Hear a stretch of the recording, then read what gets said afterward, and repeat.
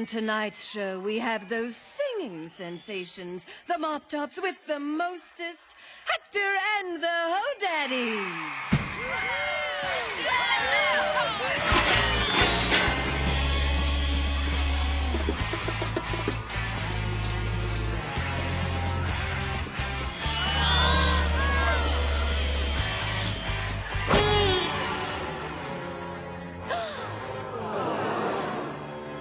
Those aren't the Ho-Daddies. No, it's that mocking mountebank of Malice, the Joker.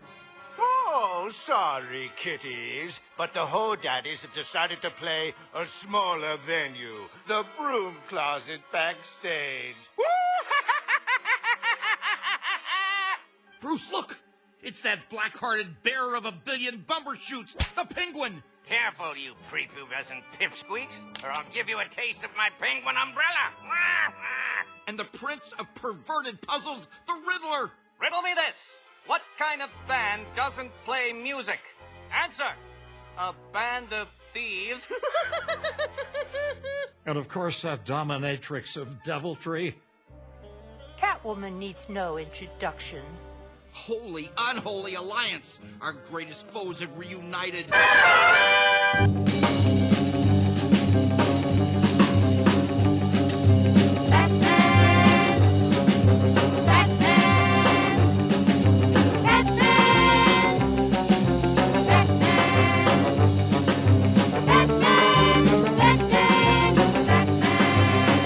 Welcome back, citizens, to an all-new episode of the Batcave Podcast. It's your old bat chum, John S. Drew here, and we've got another one of these special episodes from the files of the Batcomputer. Now, by this time, you've been listening all week, and we've been focusing on the return of the Caped Crusaders. Earlier in the week, we had Dan's Roundtable interview. He was part of a group of media specialists there talking with Adam West about the movie.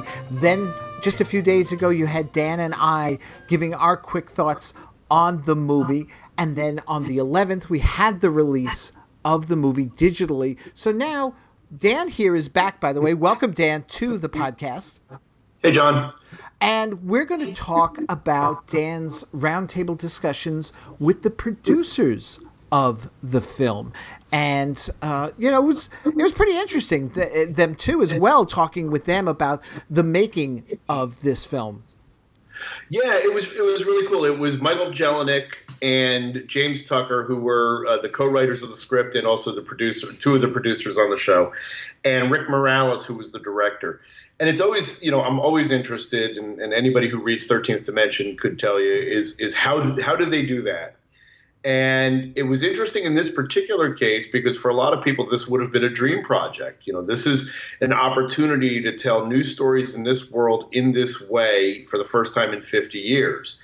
There have been the comics, and they've been wonderful. And of course, there was those sorry to the fans who like it, but those awful 1970s roasts.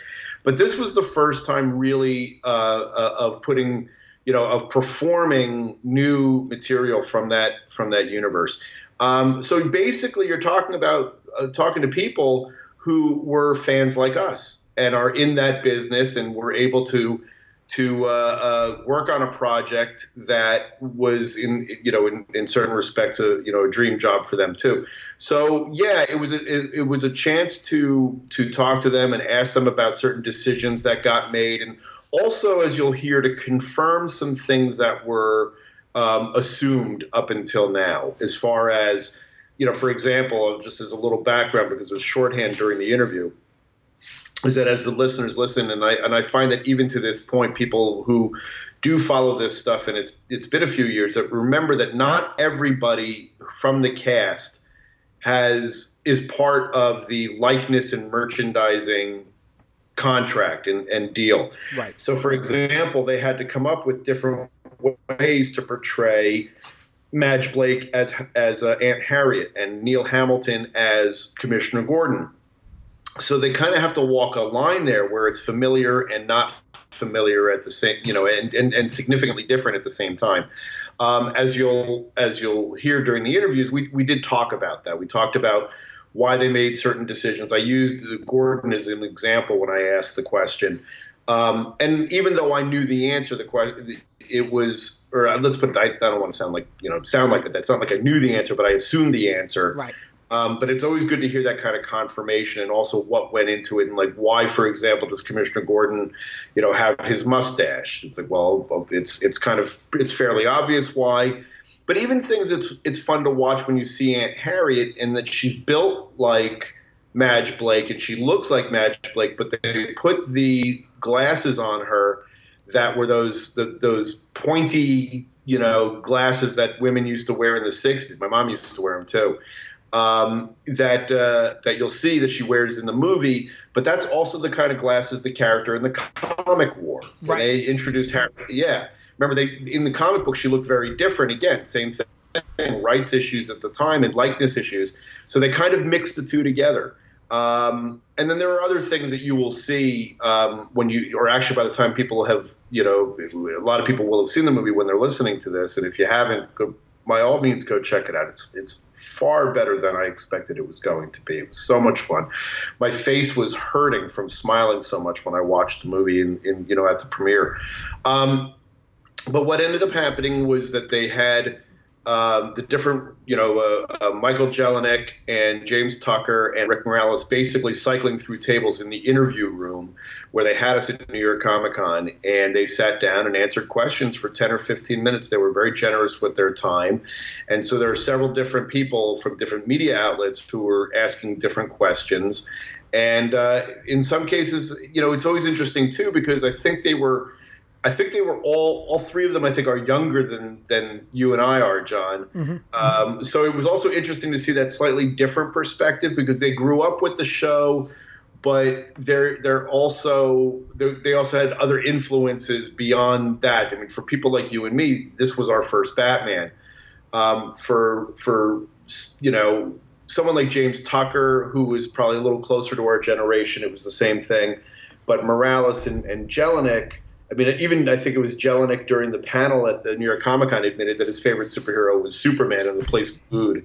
So that was pretty funny. And it was a packed house and people loved the movie. But so you'll hear some of that in some of the interviews too, that their perspective is a little bit different than it might be for someone like you or me. So who did you interview first out of the three of them? Michael Jelenic came in first, okay, and then Adam West came in second, which of course was another episode that we did here, and then James Tucker came in, and then he got interrupted because there was they had a timing issue. So then Rick Morales came in, but then James Tucker came back to finish up his part of the interview. So we got complete interviews with all three of them, and plus Adam West. Very cool. Well, yeah. When we play these now, that's how you're going to know, folks, is that because there was some time and Dan left the recorder going. So what I've done is when Tucker is called away, we'll have a bat transition. We'll go to the Rick Morales interview, and then we'll bat transition back to James Tucker. Just keep it simple there. So why don't we get into this? Let's get started first, then, with the first man who walked into the room, then, Michael Jelenic. So what's it like to tackle something with the tone like this, that this one has? I mean, it's like literally ripping something from a time machine and doing something. Yeah, I mean, you get so used to Batman being portrayed in a specific way, just that's sort of been the trend the last 20, 30 years, is to make it a little bit darker. To go in a lighter direction, is fun. I worked on Brave and the Bold, which we did a lighter take on Batman, but this is even a little bit more classic, I will say, where,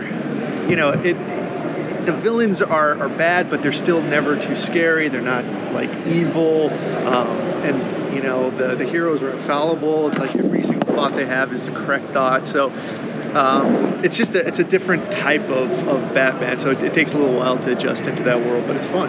Piggybacking off what you were saying about working on Brave and the Bold, it seems like you guys come back to this classic, maybe lighter Batman more often than not. What is it about that version of the character that really kind of appeals to you as opposed to like the darker version that started in the 80s? I love the darker version, but I think what appeals to me personally is that everybody's doing the darker version. So you could get the darker version from comics or TV or for movies. when James and I first started doing Brave and the Bold, like the Adam West Batman, the 66 Batman, a lot of people in the comic industry looked down on it. Like, they didn't get that it was a comedy. You know, they thought they were trying to be serious, but, you know, the whole series is tongue in cheek. And since then, you know, it seems like people are starting to be in on the joke. So just the fact that, you know, everybody's doing one take, and then we could go and do a completely different take on Batman that you know, I think you need to be out there because it's such a versatile character. That's what I sort of enjoy. Just as a follow-up, for the modern kind of kids, do you think they need both versions?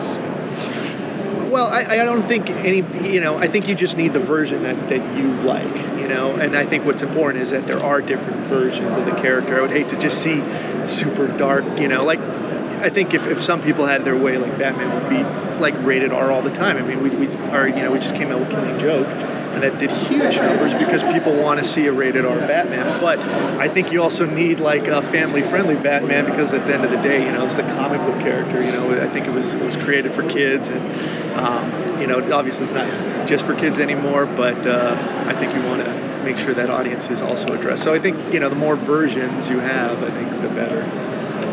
How did you discover the show yourself, and what were some of your favorite episodes? Because everybody's got a different favorite. Yeah, you know, it's interesting. You know, because you when you're a kid, you watch the show with one sort of mind frame. Like, you don't. I didn't get the comedy when I was a kid. You know, I think they were running the reruns on Fox at that time, and it was just the Batman show that was colorful, and these were the villains. And as I got older, I realized there's tons and tons of jokes. I mean, this was, you know, they were doing Airplane, you know, 20 years before Airplane. I mean, it's really impressively, you know, modern comedy where everyone's playing it straight and doing these great performances. So I tend to like the funnier episodes, but then I always get a kick out when they do like a super serious. Those are the ones that I remember, like the Bookworm episode. It just sticks with me because it's so kind of dark and you know, dangerous for the show. So, but you know, there's a little bit of everything in those. Where did you grow up? I grew up in LA. So, Michael, what defines this movie different than the original TV show? You know, making it animated, and then what kind of things can you do differently in this animated movie that they couldn't do in the TV show? Yeah, well, I mean, this movie, I should say, is not like a recreation of the TV show. You know, it's really drawing its inspiration from the same places that the TV show drew its inspiration to: Dick Sprang, 1950s, 1960s comics, and you know, sort of, you know, drawing inspiration from that. I think where we're different from the TV show is that it's a little bit easier to stretch the budget, so to speak. You know, the TV show, you know, whatever they could build, you know, they you know, and as the show went on, you know, I think their budget got less and less, and that was sort of reflected. But this is like having a TV show with an unlimited budget, so like we do stuff that they could never have done. You know, they go into space in this one. There's a Bat rocket, and you know, we wanted to do things that could never have been done on the show. Like when they go down the Bat pole, what happens between the top and the bottom? You know, stuff like that. Question, Brian from outkeeping.com. The sound effects. Did you incorporate the sound effects from the show itself, or is this like a whole new different line? I think, you know, I don't think there's probably any sound effects except for we have the theme song is in the movie, so we paid a lot of money to have that. We recreated it. I think we had a live band play that, but because it's so essential to that sort of spirit of what we're going for. But no, I mean, I think the sets will look different, the sounds will be different, but it all will seem sort of familiar. Speaking of, you were talking about the comedy and how sophisticated the show's comedy is when you kind of look back as an adult. Was it hard to mimic that and put that into this animated movie so that it works for kids and like adults? Yeah, I mean, the hardest part of this comedy is it's a weird kind of comedy where you're not trying really hard to make somebody laugh. Everybody has to underplay it. It's easy, like, I also work on Teen Titans Go, right? And that comedy is very aggressive, and it's like you're trying to get the laugh. Here, you can't. The characters have to say the jokes without them knowing that they're jokes. You know, they're saying really ridiculous stuff and they're saying it completely straight. And you have to hope that the audience gets that juxtaposition. That what they just said makes no sense, but everyone's taking it completely seriously. So that's a little bit of a challenge of, you have to really trust the audience that they'll be on board with what you're doing. There's characters in here that we haven't seen in quite a while, like Chief O'Hara and Aunt Harriet and all that kind of stuff. How did you go into research for writing those characters in this movie? The one thing in this world is that Batman is the police, essentially. It's like the police completely rely on Batman. It's like they're sort of helpless. Like every single crime, it's like, we could handle it, but maybe we should call Batman. Like there's no crime that's not too big or too small for them to hand off to Batman. So it's like, they're sort of I don't want to say incompetent, but essentially they are. It's like, and then they're just like thanking Batman every second. So that's sort of my approach to the police. It's like, this guy wasn't doing that, then they'd all be in a lot of trouble. And what about the villains? Choosing who they were going to be, was it pretty easy, or? I think James chose which ones they were going to be, and or maybe the company did, because we have the 4 main villains that everybody wants to see. It's like, maybe that's too much, but so the Batman movie did the same thing originally, but those are the characters. You sort of, if you're going to a Batman movie, you almost are disappointed if you don't see. So it's like, let's have them all team up, and this is a movie, and it has a tone where it's not ridiculous to see villains team up. I think if you do like a straighter, more serious Batman, it sort of gets ridiculous when all the villains are buddy with each other. But this one, it's you expect them all to sort of work together, even if they fight amongst themselves. What was your overall opinion about Jeff voicing the Joker? Jeff's great. I mean, the whole voice cast is great. I think. Obviously we're super lucky to have the original, characters play them, and then, the rest of those roles are, those are big, shoes you're filling when you're casting, but everybody does such a great job, and, this movie, we're really fortunate.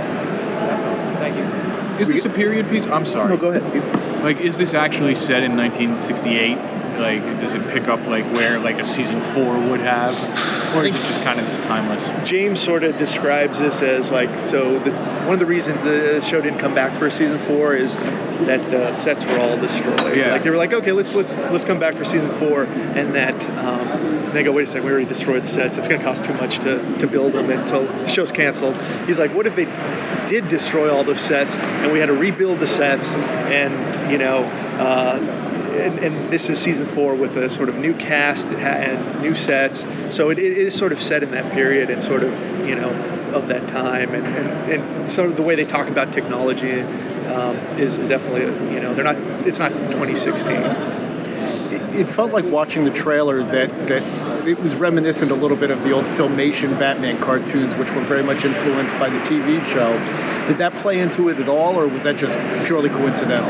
I don't know what they drew inspiration from on the art side. On the writing side, we were mostly looking at like the comics from the 50s and 60s, and we were taking certain stories and obviously inspired by the TV show as well. So I'm sure, they, as far as visually, they drew inspiration from all sorts of places.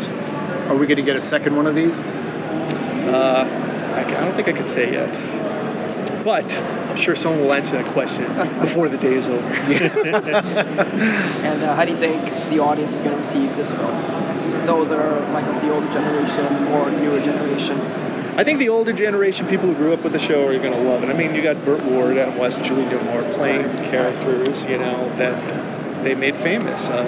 So, I mean, just for that element, I think that it's great. And I think the thing works enough by itself that, like, a new generation will come, like kids. I'm hoping kids will watch this and watch it in the same way that, I watched, the original, series with that same, like a family-friendly Batman. So hopefully, it's something that people who have no idea about the old show and people who do can watch together and enjoy. Right.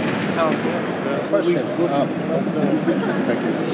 Question: if this becomes successful, do you see it branching off maybe Batgirl or the Green Hornet? If this becomes really successful, anything is possible. There are all sorts of classic characters that I think people would like to see, and I think that I would love to see a Wonder Woman 77. So who knows what could happen. Spots there. That'd be awesome. It all depends on, if if this movie does really well, then I think that anything becomes possible when something does well. If something doesn't do well, then nothing becomes possible. We go, this is it. Excellent. So will we see the Batusi? One thing that did not make this movie, I think I could say, because we couldn't get the rights. Okay, we were going to have, I don't know if you guys remember, Adam West sang a song called Miranda from the 60s. Mm-hmm. We were trying to work that into the to this movie, and it just didn't work out rights-wise. So, but yeah, I think you can expect some dancing. I don't know about the Batsusi specifically, but I think that's a copyrighted dance. So. Yeah. I didn't know you could copyright dances, but apparently you can. Yeah, apparently you can. Hate to see you go. Okay, guys. Thank you so much. Thanks, Michael. Thank you so much. Take care. So, this is the very first question we want to get off the bat. Okay. Are we going to get more of this kind of thing with the Return of the Caped Crusaders?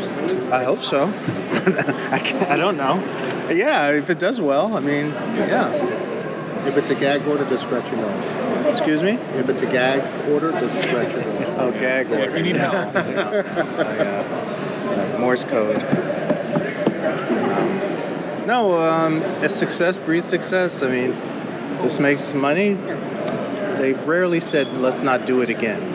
So, that usually not how Hollywood works. What was the genesis of the project? How did it really come together at the very beginning?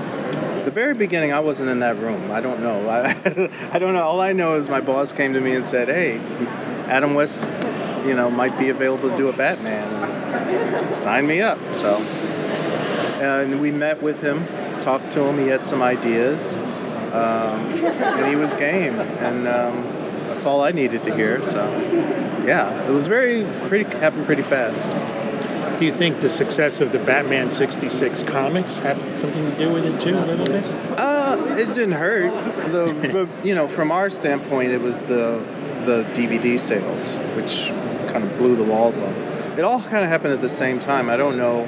I mean, we started with Brave and the Bold, which kind of had a lot of elements of that era, and then the comics started up, and then the DVDs came out and sold well, and so it just to me it felt like it was time. Everyone seemed open to it now, whereas maybe 10 years ago people were like, no, don't want any of that. Yeah. So the timing was good. I'm sorry. There did seem to be like almost an official position from particularly DC Comics, where they wanted no part of it. And I know there were, was there ever a moment where you guys got that green light? We're really free to do this. Was it Brave and the Bold? Was it before Brave and the Bold? Well, Brave and the Bold was weird in that the Dark Knight movie was coming out, and someone had to do a Batman show. And we knew we couldn't do anything that would be ever as dark as Dark Knight. So usually you do a show that piggybacks on the movie. You try to emulate the movie in tone or something like that. Well, we knew we couldn't do that with that movie. I'm going to cut this off right now and bring you over to this table so that you can get Rick. Oh, okay. We keep this flowing, right? All right. Oh, well, yeah, it helped. That was great. He'll be back. That thought in a couple of days. Oh, okay. All right. Thanks. Hey, Rick. Hey, Rick. How you doing, Rick? How's it going? Good to see you again. Mr. Morales, good seeing you. How are you today? So, Rick, we know this is probably going to be in many different foreign languages, right? It's going to be available in that? I would assume so. Okay. Do the Biff, Bam, Pow things also go in foreign languages? Honestly, that's a great question. As far as I know, that wouldn't be something that would be translated. The comic books the sound effects were translated. Yeah. I saw one in Spanish, and it had the upside down exclamation point at the beginning. I mean, they went all in on it, so who knows? Huh. Yeah, it's a great question. I'll be interested to see. This isn't obviously your first DC rodeo, but what were you trying to do with, especially trying to capture the tone here without sort of making it self-parody? Kind of taking it seriously, I mean, situations that they're in, can be pretty silly, tied to a giant tray of, TV dinner. But the consequences are not, you know what I mean? And I think that's kind of, I don't know, I think that goes a lot of way to selling how camp is played. It's not, obviously it's funny and there's humor in it, but it's not necessarily parody, It's not making Batman look silly. It's putting him in these situations that he takes serious and then letting it play, To that point, part of the inherent humor of the show was that it was real life people actually in the costumes and doing the things that seem so off the wall. Translating that to animation, how were you able to walk that line as far as your approach? I'm sorry, can you repeat that? The show, part of what made the show so funny is that it was actually real people. Yeah. You're now dealing with people who, they're animated, it's not quite the same thing. How do you walk that line when you're, writing or directing in terms of telling that story and not having it fall into parody? Well, I think that's a little more for you guys to decide, for the audience to decide. We just try to, from my view, I just tried my best to, we played these characters a little bit more realistically. I mean, I think if you see the designs that were created for them, they're not quite as stylized because we're doing likenesses and things like that. And then it's just kind of, almost playing it straight, and letting Adam West Batman be that, and not making it overly cartoony or, and the script goes a long way to that too. It's not, it's very different than the Lego DC stuff in that, that's humorous, but it's more of like a Looney Tunes slapstick physical comedy type of humor than what this is, which is a lot more dialogue driven. There are visual elements to the humor as well, but not in the way that we're doing physical gags and other Lego stuff. Can I ask you, the 60s TV series was very bright and colorful, and it was like the beginning of color for TV almost at the time, but did you take that into consideration when animating it? Well, I mean, I think it had to be colorful. It had to be bright. It's a lighter version of Batman. He's got, he's in the blue and gray. He's got the eyebrows. And, it just lends itself to a lot of color. And I think, when you eventually see the film and you watch the title sequence, it's really an homage to not just the show, but the comic books, the classic comic book covers of Batman and Detective Comics, through the years. And I think that really sets the precedent of what we were trying to accomplish here was, to homage the show, but not, follow it slavishly and let it be something larger, incorporate more from, the Dick Sprang stuff and the Jerry Robinson stuff. Go ahead. Okay. So you're working with Adam West, Burt Ward, even Julian Newmar, but you're also bringing on, Steve Weber and Thomas Lennon. Oh yeah. I mean, what does that whole sort of feel like? I mean, because that's generations of comedy right there. No, it was fantastic. I mean, I was particularly excited that we used Thomas Lennon because it's Chief O'Hare of all things. Right? I mean, but he's great. He's great. And he seemed to be such a fan of what we were doing as well. It was just, what's funny about that is like, when you get into working on these things, like, at least for myself, I'm so focused on doing the boards and this and that when it comes time to do the voice records and stuff, and James, especially being the producer, is much more involved with the casting of it and all that stuff. So I just show up to the voice record on, that particular day, and they're like, "Oh, we've got Thomas Lennon coming." I was like, "Thomas Lennon? That Thomas Lennon?" Yeah. And then he walked in, I was like, "Oh my God, it's Lieutenant Dangle." Or are you like an old fan of the State as well? Oh yeah. Okay. Yeah. No, I love all that stuff. That's the kind of comedy that I am actually into. Burning Love, friggin' great. Yeah, it's amazing. It's fantastic. All that crew. Yeah. Yeah.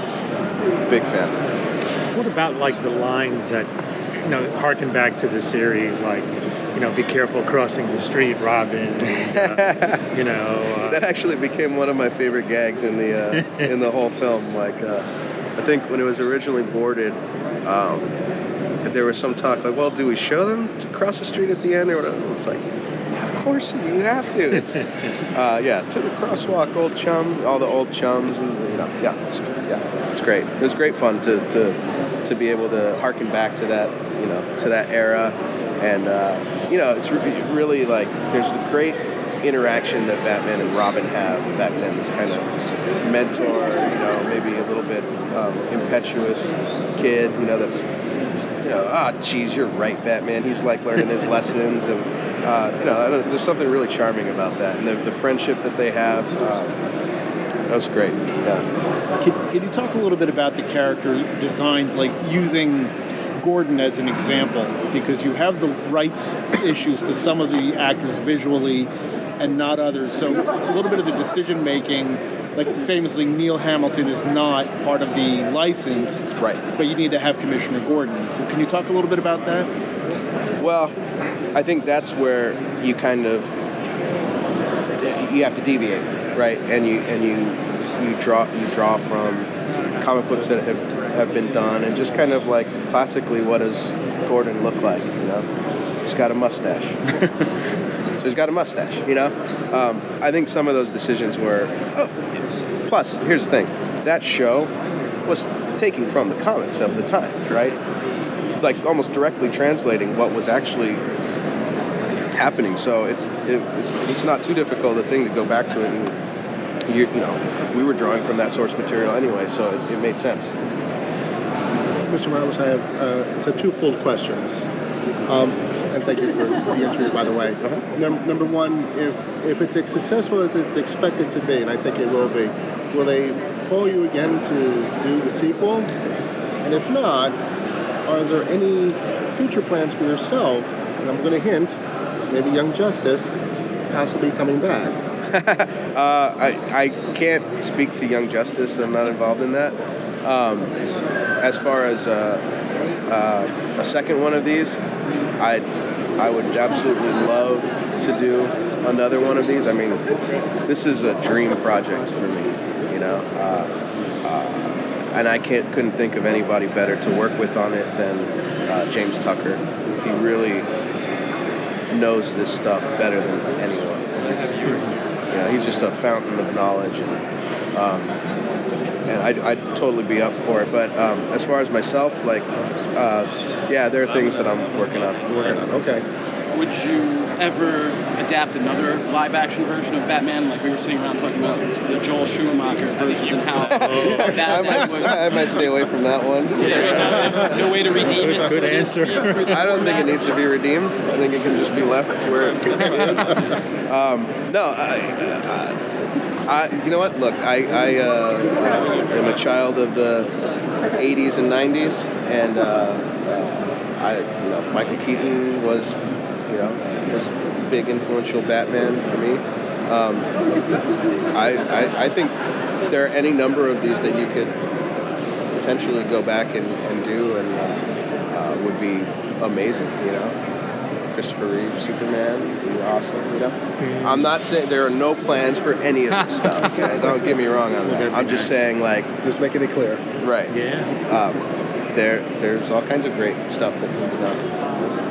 The original Batman series had a lot of Robinisms, holy hole in the donut and stuff like that. Are we going to hear Robin? I don't think you'll be disappointed. I don't think you'll be disappointed.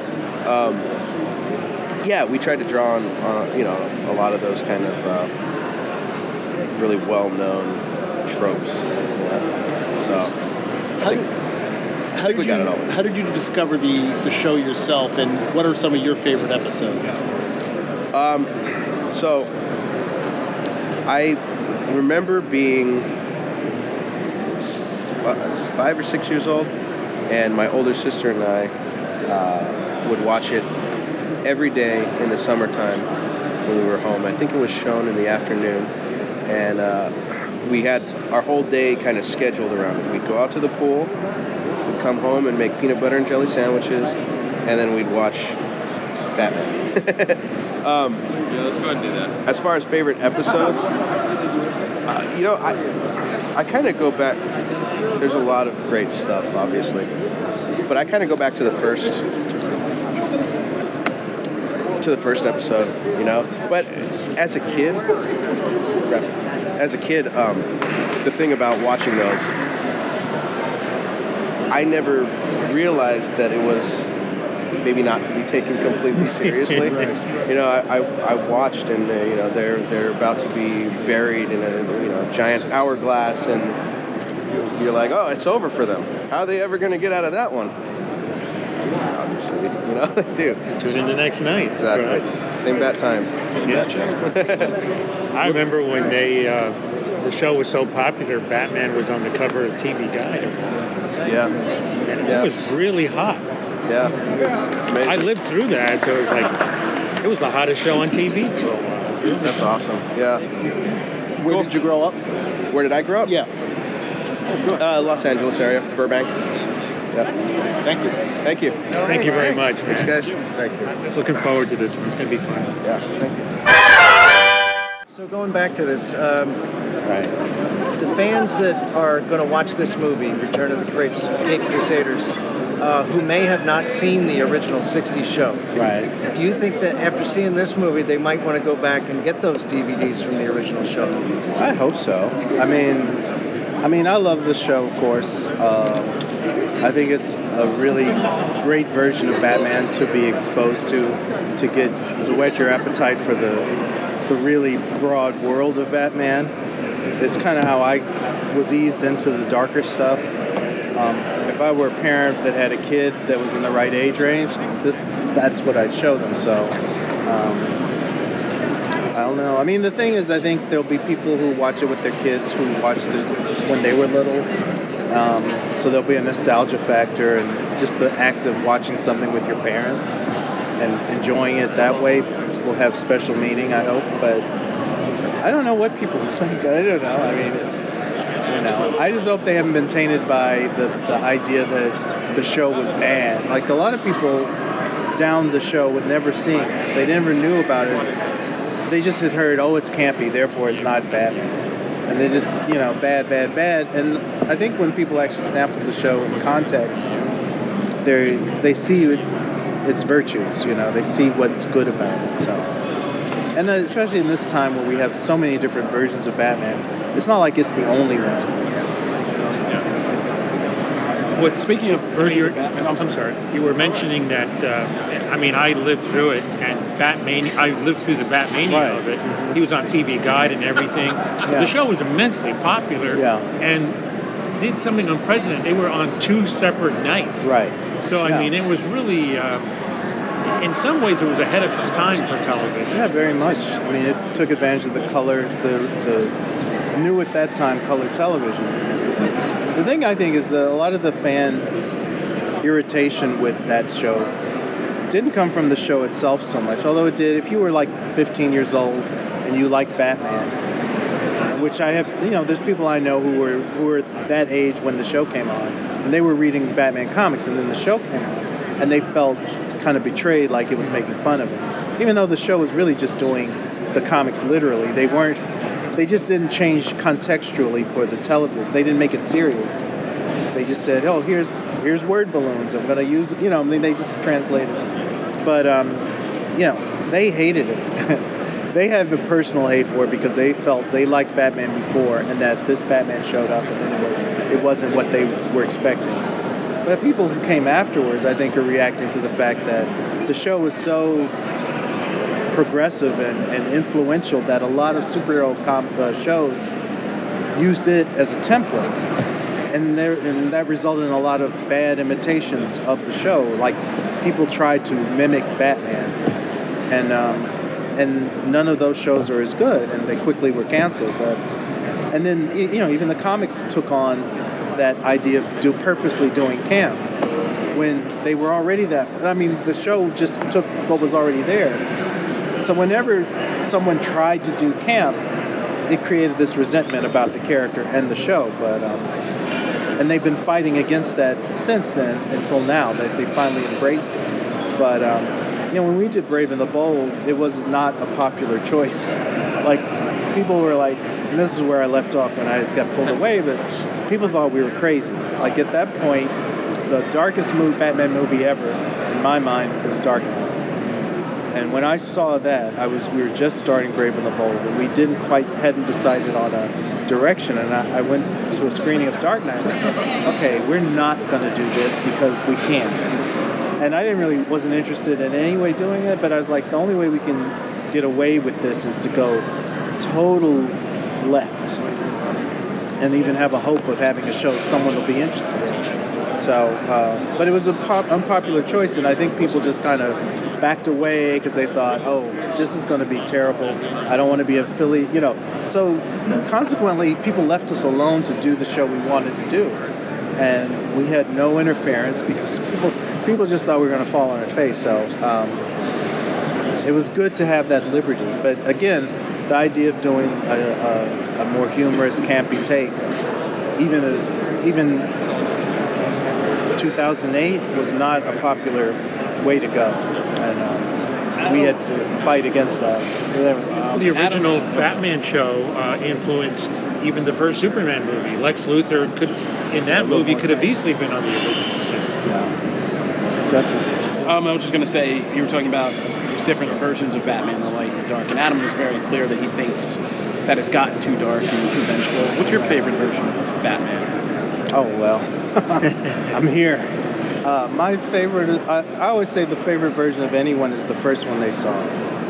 That's the one that, even though they may know more, like I saw that version, it didn't keep me from enjoying the Denny O'Neil, Neil Adams.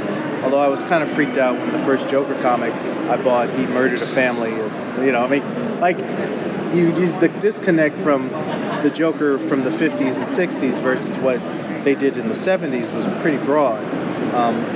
But it didn't keep me from enjoying it. It actually helped me enjoy it because I'm like, oh wow, I thought Batman was this, but he can be this and this. And I think pretty much Dark Knight was my wall of, okay, I don't think I want to go beyond this, as far as how dark he should be.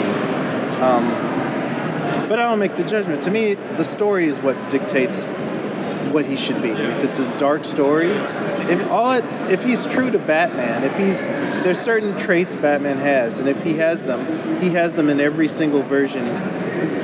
Adam West Batman is the same version as Dark Knight Batman, just treated differently, but they come from the exact same origin. It's just tonally different. So, but I like, Adam West will always be my Batman. Brave and the Bold has special meaning to me because it was elements of that with other elements, and I had freedom to look back at the comics I liked.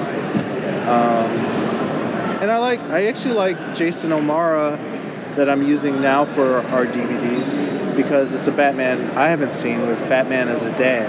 He's having to deal with Damian, and no one has done that on film. So all three are different to me, but I like them a lot. And of course I like BTAS, but everyone likes BTAS, so that's not news. So Kevin Conroy is God, but James, the same question I've asked the others. How did you discover this show originally, and what are some of your favorite episodes?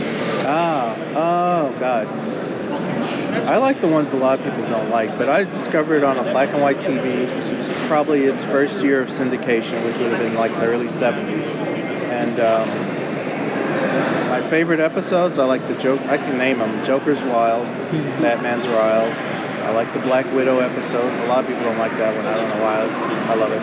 I even like the Liberace episodes. The Dead Ringers and I forget the rhyme. Something Fingers. Anyway, I like that. I like Ring of Wax and Give Him the Axe. That's my favorite Riddler episode. I like King Tut, Batman's Waterloo, King Tut's. I can't remember both titles rhymed, and I usually remember them by the rhyme, but I can't remember. Anything with King Tut, I love. I like False Face, True or False Face, Bookworm episodes. It's easier to name the ones I don't like. I didn't like the Green Hornet Batman team-up because the villain was lame. I didn't like the last episode with Zsa Zsa Gabor because she was lame. I didn't like the Zelda the Great episode that much. I'm a huge Ann Baxter fan. And where did you grow up? Where? Yeah. Gary, Indiana. Right after the Jacksons left. So, in the original series, was Joker's Wild the one with the utility belt? Yes, which was adapted from the that's what I mean. A lot of the episodes, like the first Mad Hatter episode, was actually a combination of a couple of Mad Hatter stories. So to me, the show has cred for literally adapting comic book stories. So in a way, it's the most faithful of any comic book show, but people don't give it credit for that. But you can literally, like the Joker's utility belt was adapted for Joker's Wild. So that's actually one of my favorite episodes. I love that. Caesar was great in it. Yeah, I mean that was before he got a little too comedic. Yeah. Although my other favorite is Pop Goes the Joker. Great episode. Which is a great satire on pop art. Yeah. He's a very underappreciated Joker. Yeah, he's my Joker. Last question. Who was your favorite guest star that was on when they were scaling the side of a building and it would show up in a window? Colonel Klink, because it just made no that did not made no sense. He was on a whole other network. Yeah. He was from the 40s. He was a Nazi. I'm like, who thought this was a good idea? Yeah. So, okay. All right. Well, thank you. Thank you so much. Okay, so we're going, Garrett. All right. All right, Michael. James, 1 second. Back up.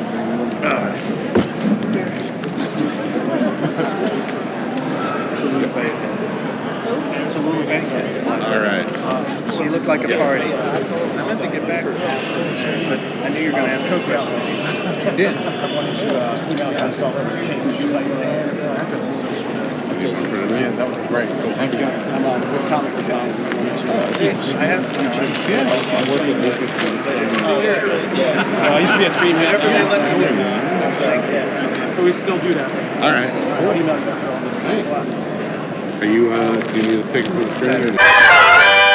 You know, sometimes when you hear these folks who are picking up the mantle, so to speak, you get a little nervous when you talk to them about what did you enjoy or what did you like, and they just start mentioning maybe specific scenes. But when they actually start bringing up episodes, you feel a little better about it.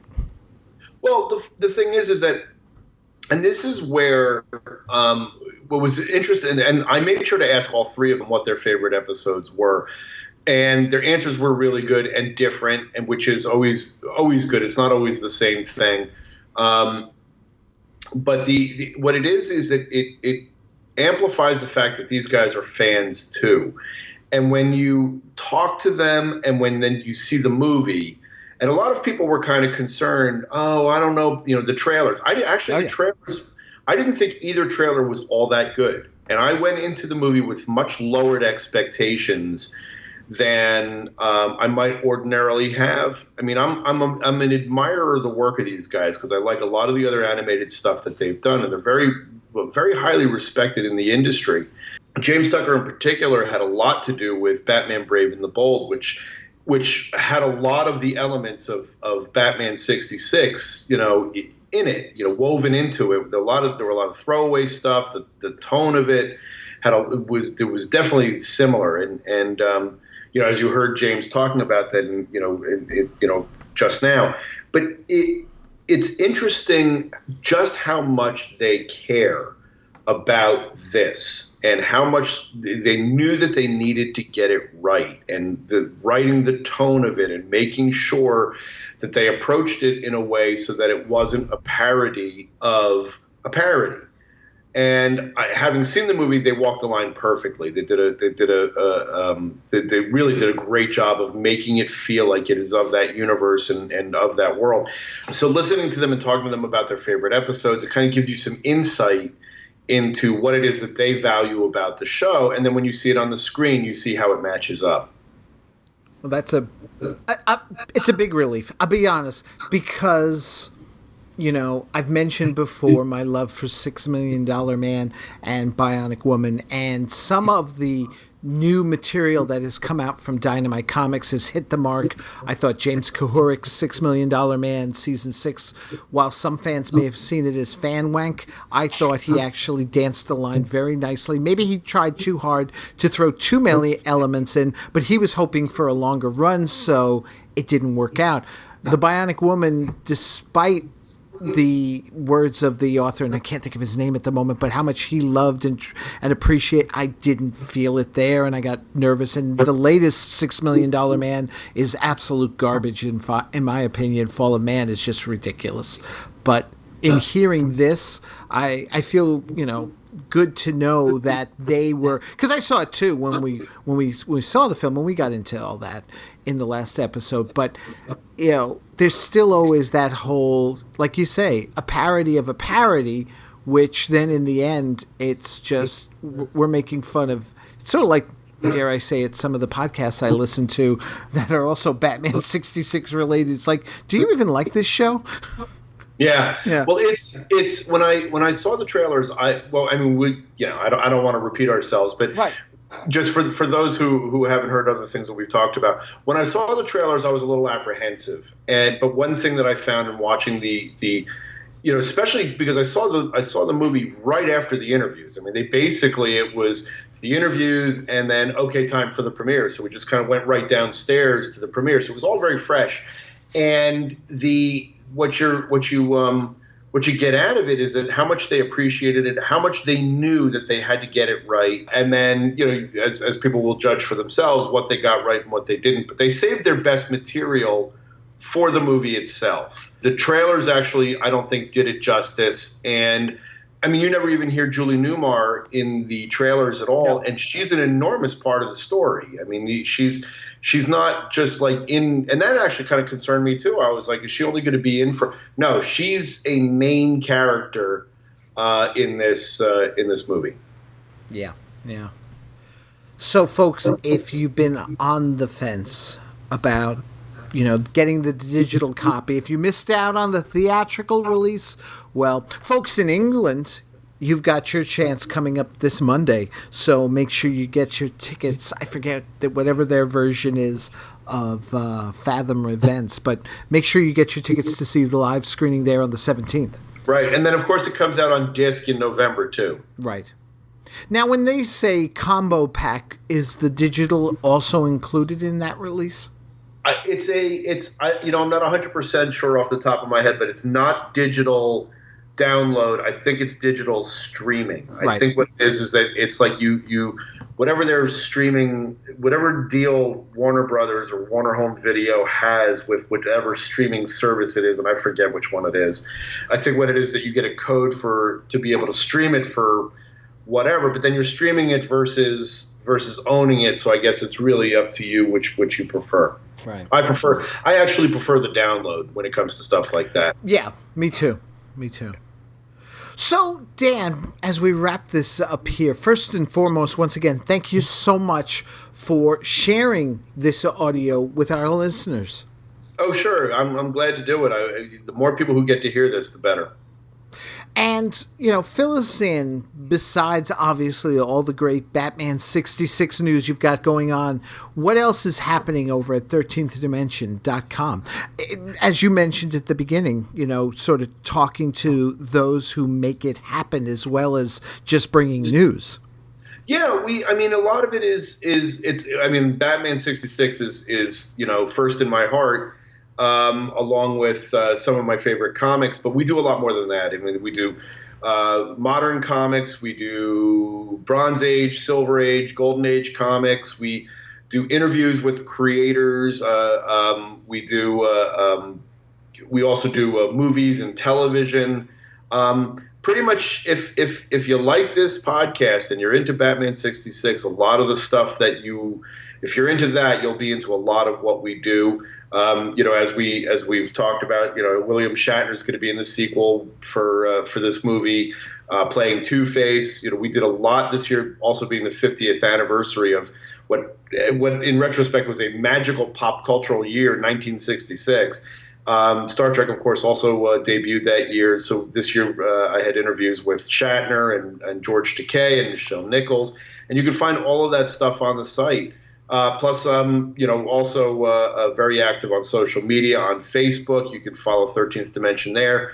And also on Twitter, where you can follow us there as well. And I would imagine another one of your loves, we'll be seeing a lot more of it coming up soon, too, is for the new Planet of the Apes movie. Oh, my Lord, yes.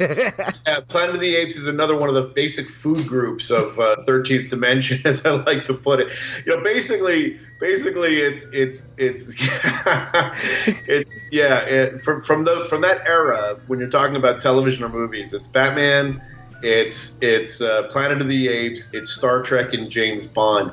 And I don't get to write about James Bond quite as often. But those are the areas that I just, that's just the best. Very cool. And folks, that's 13th Dimension with the 13th dimension.com. So, folks, thank you so much for listening for the past couple of days to me and Dan. Stay tuned. We've got the Hornet Sting, the next episode coming up here on the feed in another day or two. And we'll be moving right along with our review of the 2-part Shame episode from the 3rd season of 66 Batman. So until next time, folks, thank you so much for listening. Until then, Dan, take care. Thanks, John. Thanks for listening, chums. I don't have a bat phone, but you can contact the Batcave Podcast through its Facebook page, Twitter, email at thebatcavepodcast@gmail.com, or by phone at 888-866-9010. Subscribe to the podcast via Libsyn.com, that's LIBSYN.com, or through iTunes. The Batcave Podcast is part of a series of pop culture podcasts from the Chronic Rift Network. Find them at chronicrift.com. So until next time, citizens, same bat time, same Batcave Podcast.